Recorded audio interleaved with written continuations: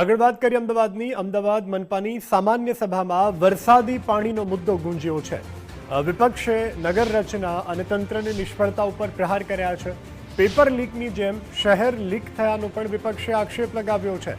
Mayor કે municipal commissioner રાજીનામું આપે તેવી માંગ કરાઈ છે. બોપલ અને ગુમાને એએમસીમાં જોડવા સામે પણ સવાલો ઉઠ્યા. 20 ઇંચ વરસાદને કારણે પાણી ભરાયાની શાસક પક્ષની સ્પષ્ટતા. एक तरफ तो अहमदाबाद म्युनिसिपल कॉर्पोरेशन में Bharatiya Janata party Commonwealth games कराने के लिए बार बार अपनी पीठ थपथपाती है कि कॉमनवेल्थ गेम्स का अहमदाबाद शहर में आयोजन किया जाएगा, लेकिन भारतीय जनता पार्टी ये भूल जाती है कि भारतीय जनता पार्टी के राज में अहमदाबाद शहर स्मार्ट सिटी नहीं लेकिन स्विमिंग पूल सिटी जरूर बन चुका है।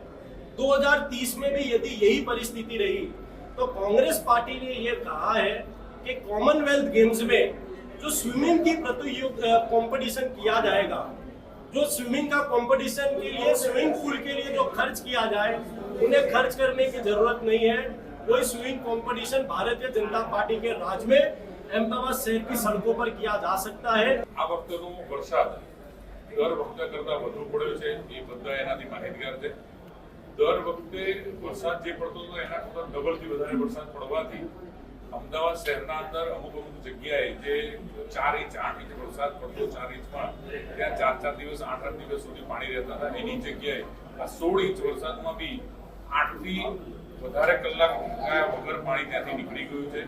અને પૂર્વ વિસ્તારના અંદર તો દર વખતે જે અલગ અલગ બ્લોકિંગ હતા પાણીના એ જગ્યાએ 2 કલાકથી 3 કલાકના અંદર બધી જગ્યાએ પાણી નીકળી ગયા છે. અને ખારીગઢ કેનાલના અંદર એનો સૌથી વધારે લાભ મળ્યો છે.